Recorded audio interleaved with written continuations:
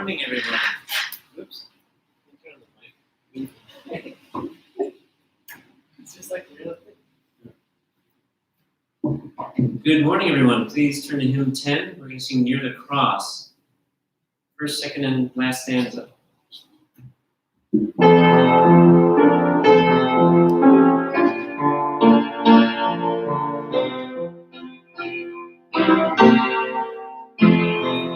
Jesus, keep me near the cross, where a precious fountain, free to all the healing stream, flows from Calvary's mountain. In the cross, be my glory ever, till my raptured soul shall find rest beyond the river. Near the cross, a trembling soul, thy mercy found me.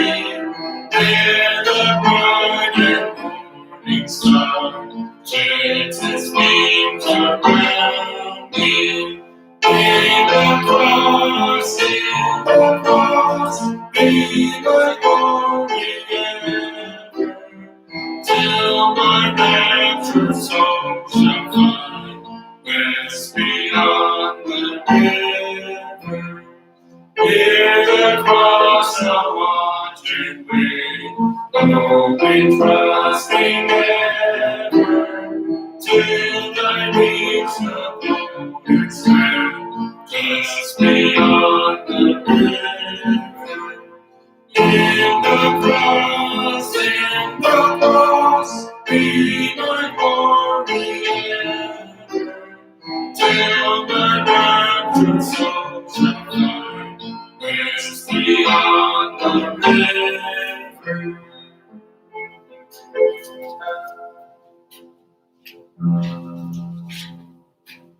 All right, thank you, Nate and Melvin. So, good morning. We're glad you're here today once again. I'm going to do Genesis today because that's what I will be doing with my high school class. So, you high schoolers can follow along with Genesis. So, I'm in Genesis 33. But as usual, it might take me a long time to get started with the real message because I have so many things that I want to talk about ahead of time. So, Genesis 33. All right, so we'll start with a word of prayer. Heavenly Father, we thank you that we can still sort of meet here in the Lord's Day. I know people are home and watching on YouTube and so forth. And with these difficult times, these are unusual times in our nation, in the world actually, but we always remember you're in charge of the whole world, you're in charge of the universe, and we have nothing to fear, and we can just trust in thee. Be with us now as we look a little bit into your word. Thank you in Jesus' name, amen. All right, so Genesis 33, but I might not get started for another 10 or 15 minutes. And we'll see how it goes. Looking outside, it was raining today. Usually on Sundays, I end up praying, dear God, please help me not to rain. Then I stop and think about it. Hey, wait a minute, people aren't showing up anyway, so it doesn't really matter. So we know from experience that attendance tends to go down. Chinese school is a little bit lower. People say, it's raining. I don't feel like showing up. And I thought about it. Well, it doesn't matter because people are home anyway. So that's that. As I mentioned last week, I was supposed to get on the Grand Princess last week, and today would have been a day I would have gotten off the Grand Princess and hurry up and run over here to Chinese Bible Church. I did it before, so I knew that was going to work. So again, the plan was last Sunday, finish church, hurry up and go over to the Grand Princess, and they leave at 4 o'clock or something like that. And they would have docked today, or originally around 7, get off at 8, 8:30, whatever, and rush on over here. So that would have been that, but of course we know that it's not happening, and the Grand Princess, I think they still have some problem now, even now. I think it's still down in San Francisco Bay. But anyway, that was that. I am noticing setting up for church is a lot easier. So my typical morning, I'm going around and turning on all the lights and all the heaters and making sure we have all the right Chinese school teachers. Haven't had to worry about that for a while now. So that's fine. And usually I'm taking home, I'm either taking home or out or figuring out to take home routes. I don't have to worry about that either, so that shuts that down for a little while. But we'll see how that goes. One thing for myself during the coronavirus incident. So I told you before about reading the Bible, and that it's possible to actually listen to the whole Bible, the New Testament in just one day. And so I did my binge Bible reading. And there was another day, last Tuesday, I did a binge prayer. Okay, so my binges are different than, most people binge, you think about binge drinking or binge eating or binge watching TV or whatever. But I did a binge prayer. So last Tuesday, I prayed for the whole church. I got my list. Now, normally I have a separate day, so I pray a separate day for adults, college career, another day for high school, another day for middle school, another day for elementary school, and so on. But I did a binge prayer. I prayed for the entire church on Monday, on Tuesday, and for our missionaries that's there. So I did that, and that was in addition to what I normally. So last week I prayed for everybody twice. And if you have a special prayer request, feel free to let me know. I just thought about this. I don't know if some of you maybe aren't working anymore. You're part of those that aren't continuing. If you want me to pray for you, I'll pray for you. And to a certain extent, if you need some money, I'll give you some money, a modest amount perhaps. But I don't know if some of you are not working now. I've got it fairly quote unquote easy as a teacher at City College and College San Mateo. I still got my full pay for March. We just have to do an online environment, but I still got a job, well, 2 jobs, City College and College San Mateo. I don't know about some of you maybe don't have jobs anymore. And so you are part of the thousands or millions who filed for unemployment, I don't know. But if you want me to pray for you, I will. If you need a modest amount of money, I can maybe help you out with that too. Okay. One thing that I want to mention also, because this came up in the news, I would say right is always right and wrong is always wrong. I heard they were praising breweries and wineries now because they were turning their operation to, coming out with a lot of hand sanitizer, which of course is mostly alcohol, and their business was alcohol, right? So you guys are good at alcohol, so now just turn it into hand sanitizer. And we want to thank all of the breweries and wineries or whatever who are now cranking out hand sanitizer. Well, I'm one that's still not going to praise it. Wrong was still wrong. They should never have started the brewery or winery. And I guess I will really start to praise them if they say, this hand sanitizer business is so good, we're going to forget about the winery and brewery now and only make hand sanitizer. Then I might be more willing to praise them. But right is still right, wrong is still wrong. Alcohol is still wrong at any time, any situation, any place. And you've heard me say this before also. Anytime I walk down Costco or Safeway or Lucky's and I walk down the alcohol aisle, right? I just feel like getting a baseball bat and smashing it all up and so on. I haven't done it yet, but I'm always tempted to. Am I ever going to do it? I hope not, because I want to go to jail unless people get saved, right? But I've always thought about that. And I heard also more people are actually drinking now alcohol. I guess it's supposed to give them comfort during this time. Say, you don't get your comfort from alcohol. Your comfort comes from Jesus, right? If you got Jesus, Jesus your Savior. You don't need alcohol. In fact, I think the name of a whiskey or rum or something like that, there's a name, Southern Comfort, I believe it is. It's something called Southern Comfort. I get comfort from alcohol. Folks, you don't need comfort from alcohol. It's temporary, whatever, but long term, it doesn't help. Alcohol doesn't help. Only Jesus can cure you. And I will often say, Jesus is good all the time, all seasons, any situation. During the coronavirus or whatever, Jesus is good in birth, Jesus is good in death, Jesus is good in weddings, Jesus is good in funerals, Jesus is good at school, Jesus is good at work, he's good all the time. You can't think of, I'm just thinking about, if you're an evolutionist, an atheist, what kind of comfort do you get now? You don't have any comfort except so-called Southern comfort. I'll drink alcohol or drugs or whatever. But no, we have Jesus who is good all the time. God is still on the throne. And even though I'm not speaking on Job today, but we know what Job did. So Job said, the Lord giveth, the Lord taketh away. Blessed be the name of the Lord. One of these days we might sing, blessed be the Lord. I think it's 159 in the songbook. But anyway, blessed be the name of the Lord. All right, so if you lost your job, maybe, if you want me to pray for you, I'll pray for you. And if you need some help financially, maybe I can help you a little bit, but I'm at least willing to pray for you. So last week I did a binge Bible reading and listening, and I also did a binge prayer. So maybe every time I speak, I'll give you one of my binges that I did during this strange time that we're in right now.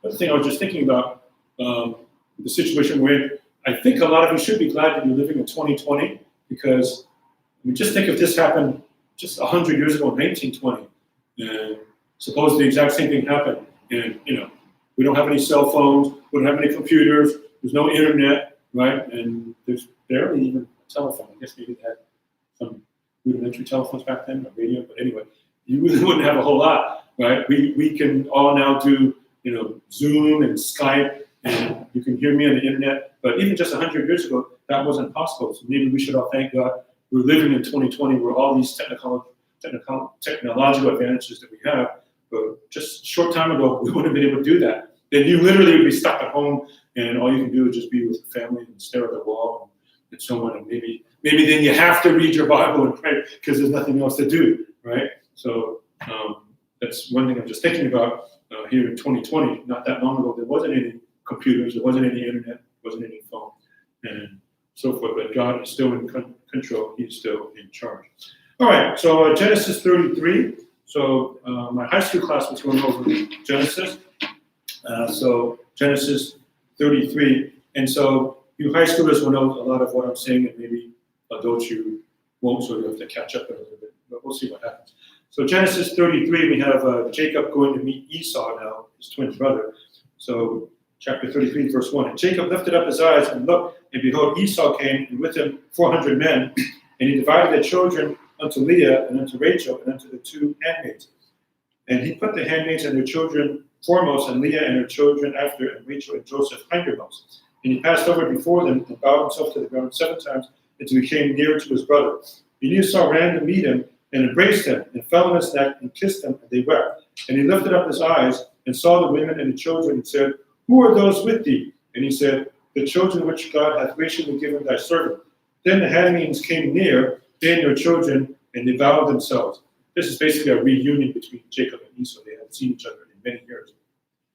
Verse 7, and Leah also with her children came near and bowed themselves, and after came Joseph near and Rachel, and they bowed themselves. Essentially what's happened is Jacob is introducing Esau to his whole family. They hadn't met in so long that he's had his 11 sons and 1 daughter, and is about to have the 12th child. And Esau doesn't know anything of it. Can you imagine? The brothers hadn't seen so long that he's already had 12 children, 11 sons and 1 daughter, and he knows nothing of them. The brother knows nothing of them. So again, verse 7, and Leah also with her children came near and bowed themselves, and after came Joseph near and Rachel, and they bowed themselves. And he said, What meanest thou by all this grove which I met? And he said, These are to find grace in the sight of my Lord. Basically, Jacob is giving Esau presents. And Esau said, I have enough, my brother. Keep that thou hast unto thyself. And Jacob said, Nay, I pray thee, if now I have found grace in thy sight, then receive my present at my hand. For therefore I have seen thy face, as though I had seen the face of God, and thou wast pleased with me. Right, now, go back a few chapters to chapter 27, verse 41. Genesis 27, 41. And again, I know this is a little bit strange because out there, I can't see you, and you know I can't see you, so I don't know if you actually have a Bible and you're turning to the Bible, and you realize that. Again, I mentioned last week, I want you to have your Bible. I want you to sort of keep up a semblance of following along with the Bible. Don't get me wrong, I'm glad that you're watching. If you're watching, I'm glad you're watching. But yeah, a lot of you might be saying, oh, Melvin can't see me right now. I don't have to have a Bible. Nathan can't see me. I don't need my Bible right now. I want you to kind of keep up with that. Not just nonchalantly, I know I'm here. Melvin can't see me, so I can just be in the kitchen. I'm eating my breakfast right now, and I'm in my pajamas or whatever. Hopefully, I think it's better to keep some semblance of, hey, I'm worshiping God. I'm still serving God. That's the reason why I'm still dressed up every Sunday, so to speak. There's only 5 of us here. And just go from there. Genesis 27, 41. Now, the reason for Jacob coming to Esau here, back in verse 41, 27. And Esau hated Jacob because of the blessing wherewith his father blessed him. And Esau said in his heart, the days of my mourning for my father are at hand. Then will I slay my brother Jacob. Oh boy. So that's what's happening right now. Okay, so quick recap. Jacob and Esau are twin brothers. Esau was the firstborn. Jacob was a few minutes later. And so Esau, being the older, had all the privileges of the firstborn. Being usually the firstborn. In those days, you have the birthright and so forth. And Jacob tricked Esau out of two things. They both start with a B, the birthright and the blessing. So he tricked his brother out of the birthright. He tricked his brother out of the blessing. He basically messed up his brother. So he tricked him. And I'll just mention again, there's a Bible principle of sowing and reaping. If you mess somebody else up, they're going to be willing to mess you up, so to speak, too. So twice that happened. So after the second time, when Jacob tricked Esau out of the blessing, so at this time, Isaac, the father, was getting really old, and he is about to give the blessing to his firstborn Esau, and Jacob tricked him out of that. And so, in summary, we can get into big details of that, but in summary, after Jacob tricks his brother twice out of the two B's, the blessing and the birthright, then Esau says in verse 41, right, this Jacob guy, he's a trickster. By the way, are you a trickster? Do you trick your family members? You trick your brothers, your sister, your moms and dads even? Okay. Remember, sowing and reaping, whatsoever a man soweth, that shall he also reap, it says in Galatians 6, right? So what's Esau's attitude? I hate my brother so much. He's tricked me out of the birthright. He's tricked me out of the blessing. Therefore, I hate him, and I will slay my brother Jacob. He wants to kill him. He wants to kill his own brother. Okay? So that's the background now for Genesis 33. So I read again in 27:41, then when I slay my brother Jacob. So let's go back to Genesis 33. But while we're turning back up there, so from Genesis 27:41 all the way to Genesis 33, all that in between time, in the back of Jacob's mind, he's wondering, oh, is Jacob going to get killed? Is my brother Esau going to come after me? So all that in between time, we read more and more story upon story about Jacob. So we read about Jacob and his wrestling with God. So in my high school class, you know about that, right? He was wrestling with God. We saw the ladder going up to heaven with Jacob. All this time in the back of his mind, can you imagine how difficult Jacob's wondering? He's wondering, oh, is Esau right around? Is he about to kill me? So he's doing his thing. He's going around. All the time, he's having his sons and one daughter. He's thinking, is Esau going to come kill me now? Right? So all that time in the back of his mind, he's always has to always wonder about that. And yeah, I've always thought about people who so-called get away with murder. You hear that expression of people who actually commit murder and nobody finds out about it. There's so many cold cases like that, right? We've never found out. And by the way, in case you ever think about that, no, God keeps perfect account. God knows the beginning from the end. God knows who did it. Okay? But I've always thought about, let's say, a murderer, okay, and what their life is like. Say, I literally got away with murder. I don't know. And see, God does give us something called a conscience. And so I have to wonder about that murder, the perfect murder, right? It's all covered up. The body's gone. There are no fingerprints and so forth. And yet, I'm just thinking in the back of that person's mind, I would imagine anytime I hear a siren, oh, are they coming after me, right? Or anytime walking down the street, he sees a cop. I have to, and he can't give anything away, right? If he does anything weird, then might get kind of suspicious, right? Just living with that all throughout, his or her life. So-called getting away with murder. Well, sometimes God gave us, a conscience. God gives us a soul. So that person has to live with that. Every time he sees a cop, or there's a cop, or there's an ambulance, the siren goes up. Oh, are they coming after me? Do they have anything on me? And so on, right? So I'm just imagining what Jacob did. So what I'm really trying to say, folks, is if you try to pull something over on somebody, I really did something on my brother or my sister or my friend. They might be trying to get back at you, right? And I've heard of instances, and I'm not thinking of anybody in particular right now, but I've heard of instances, siblings maybe, friends, cousins, and whatever, and they fight for 10 years, 20 years, 30 years, 40 years, I don't know, right? And say, oh, that person did this to me, they messed me up, or she messed me up, he messed me up, they did this thing to me, and I will never forgive them, or something like that. And you better watch out, folks, watch out. So don't carry any grudges. You get rid of grudges. If you have a grudge, you get rid of it right away. There's a verse in Ephesians, I believe. It says, let not the sun go down upon your wrath.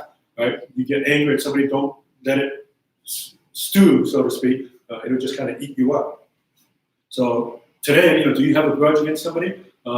So Jacob temporarily, I tricked my brother Esau. I got his blessing. I got his birthright. And So I feel so good about it. Now what is he going to do? He has to worry for years and years and years. Oh, I got to run around now. Do I have to worry about getting killed? Is my brother going to kill me? So we read now in Genesis 33, and I only read some of the verses, but all of Genesis 33, if you were to read Genesis 33, it's all Jacob saying, okay, I can't stand it anymore. I already have my 11 sons and one daughter. He said, what about the 12? The 12 is going to get born later, Benjamin. But all this time, he's having all his children. Is Esau going to kill me? Is Esau going to kill me? So all of chapter 33 is Jacob with his family. Hadn't seen Esau in a long time. You imagine it has to be, many, many years. I mean, got 12 children and all his wives and so forth. And then finally getting to meet Esau. And Esau doesn't know what's going on. Okay? Now, it looks like Esau wasn't really going to try to kill Jacob, but that's the last thing he said, right? The last thing he remembers is saying, I'm going to slay my brother Jacob. Okay. And by the way, you got to be careful. There are even laws against this now, but even before there was laws against it, people would flippantly just say, I hate so and so. I'm going to kill them.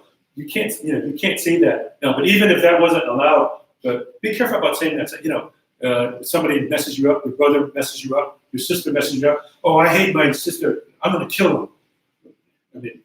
You can't say that now. But even before, when it was just a joke, that's not treated as a joke. So maybe Esau just kind of said, man, Jacob, I hate you so much.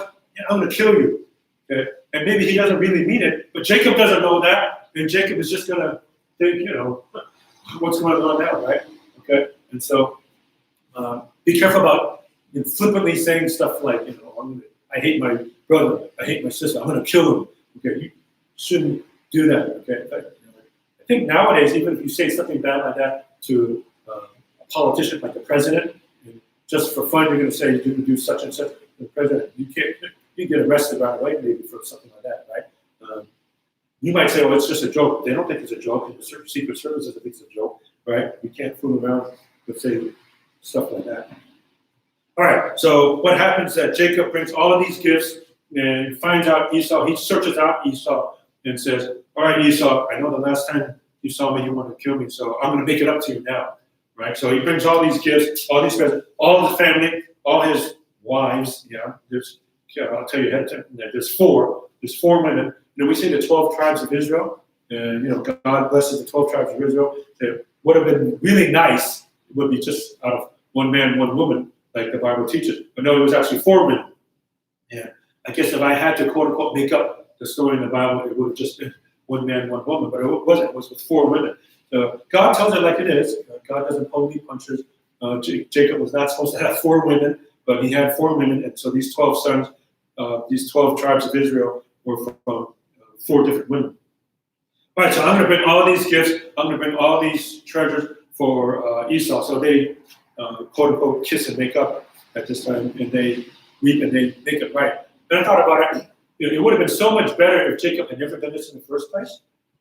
And those of you who want to get back at a friend, get back at a neighbor, get back at a brother, sister, cousin, you might feel good for a little time, but it's really not worth it. So I think in retrospect, Jacob may have said, I really tricked Esau that time. I got his birthright. I got his blessing. Now, I feel good about that, but was it worth it? Now he has to live year after year after year after year, wondering, is Esau going to kill me? Oh, where's Esau now? Right? Is he going to come after me? And after a while, it says, I can't stand it anymore. I'm going to take the time to go all the way to Esau. I'm going to bring all these gifts. Okay, so Esau, here's all. I'm going to give you all these animals. Right? Some sheep, some lamb, and some goats maybe. So you can have, and I'm bringing you all these gifts, and here's all my family, and they're all going to come and bow down before you, right? So they're going to come down like this and bow before you, as if you're really important and all this kind of stuff, right? And so how much easier it would have been if Jacob would keep a good relationship with his brother all the time, not trick him out of his blessing, not trick him out of his birthright, and he wouldn't have to worry about, am I going to get murdered by my brother? And afterwards, maybe 20 years later, 30 years later, until he finally meets up, I got to come up with a super big present so he's not going to come after me and bother me. And we read that Esau wasn't going to do that anyway. He says, nay, my brother, you don't have to give me the gifts. Thank you. I'm just glad that we are together again. They kissed and made up and wept. But Jacob didn't know that because the last thing he knows is he tricked his brother out of blessing birthright.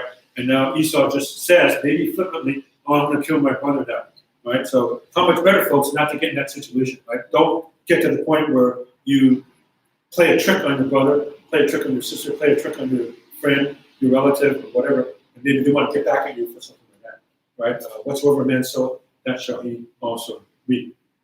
All right, so that's quickly what happened in Genesis 33. I'm going to jump quickly to Genesis 35 in the last few minutes that we have. Moving ahead, Genesis 35, verse 10. And God said unto him, thy name is Jacob, thy name shall not be called any more Jacob, but Israel shall be thy name. And he called his name Israel. It's my understanding that Israel means prince. And so the nation of Israel right now, okay, so Jacob's name is changed to Israel. So Jacob, we have Abraham, Isaac, and Jacob. Right? Abraham begets Isaac, Isaac begets Jacob. Jacob's name is now changed to Israel. So we have the nation of Israel today, and the Israelis and the Israelites and so on, that is from Jacob. And we have the 12 tribes of Israel that we talk about. Those are the 12 sons of Jacob. As I mentioned, at this time, 11 are born. The last one, who's Benjamin, hasn't been born quite yet. And if you look down at verse number 16, you finally have that. So high schoolers in my Sunday school class, we were looking at all the sons and one daughter of Jacob. We finally have the last one being born. And unfortunately, it was right when Rachel was about to die. So verse number 16, and they journeyed from Bethel, and there was but a little way to come to Ephrath, and Rachel travailed, and she had hard labor. And it came to pass, when she was in hard labor, that the midwife said to her, fear not, thou shalt have this son also. And it came to pass, as her soul was in departing, for she died, that she called his name Benoni, but his father called him Benjamin. And Rachel died and was buried in the way to Ephrath, which is Bethlehem. So now we finally have the last of the 12 sons of Jacob. Unfortunately, Rachel died as a result of giving birth. And we know that happens sometimes. Very unfortunately, that there are instances where a woman gives birth and has very difficult labor and she actually dies. And that's what happens here with Rachel. So Rachel has her second child, Benjamin. So we have Joseph and Benjamin were born of Rachel, but Rachel doesn't get to enjoy seeing Benjamin grow up because she dies right after giving birth, it says right there. Okay, so we have a quick summary, and those of you who want to catch up with this, quickly a summary of the 12 sons of Jacob in verse number 23. So quickly, verse 23. So when I didn't know this, I said, oh, very nice story. You know, Jacob and his wife, 12 sons. No, what is it? It's 4 women. Okay, here we are. So verse number 23. The sons of Leah, Reuben, Jacob's firstborn, and Simeon, and Levi, and Judah, and Issachar, and Zebulun. So 6 of them come from Leah, and then we have 3 twos. Okay, the sons of Rachel, Joseph, and Benjamin. And Benjamin just got born. Rachel just died. And you might recall that Rachel was the favored wife, so to speak, of Jacob. He didn't like Leah that much. And the sons of Bilhah, who was a maid, verse 25, Rachel's handmaid, Dan and Naphtali, and the sons of Zilpah, Leah's handmaid, Gad and Asher. These are the sons of Jacob, which were born to him in Padan. Right, so of the 12 sons, 6 were from Leah, 2 from Rachel. They were the 2 wives, and then these 2 other women, the handmaids, 2 from Bilhah and 2 from Zilpah. So it was 6, 2, 2, and 2. And they have 1 daughter. The 1 daughter was also from Leah, and her name is Dinah. Okay, all of chapter 34 is about Dinah. It's actually not a very good story. If you want to read Genesis 34 on your own, you may. It's all about Dinah. I'll just say quickly, it's not a very good story. Okay, you can just take it from there. So I wasn't going to speak on Dinah that much, but such sinfulness even happens today, I guess, is the only way I can say it. Okay, so if we want to read Genesis 34, that's the entire story about Dinah, the 1 daughter. But I would have hoped, the 12 tribes of Israel, is 1 man and 1 woman. No, it wasn't. It was 4 women.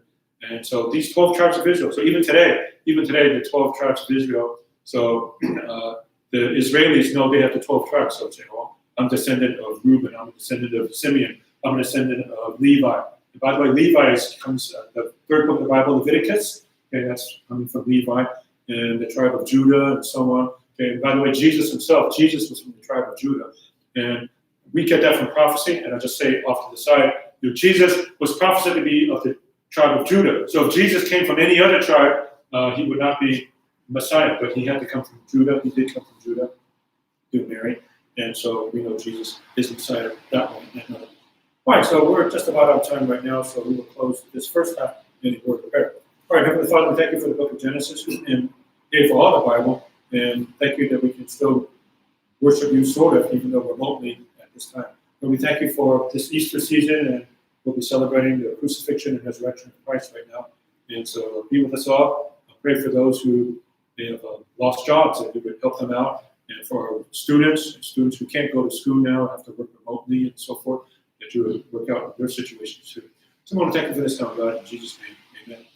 All right, so we'll take a short break, and we'll start again roughly 11 o'clock, but we'll start the second half of church service. So we'll meet up again at 11 o'clock.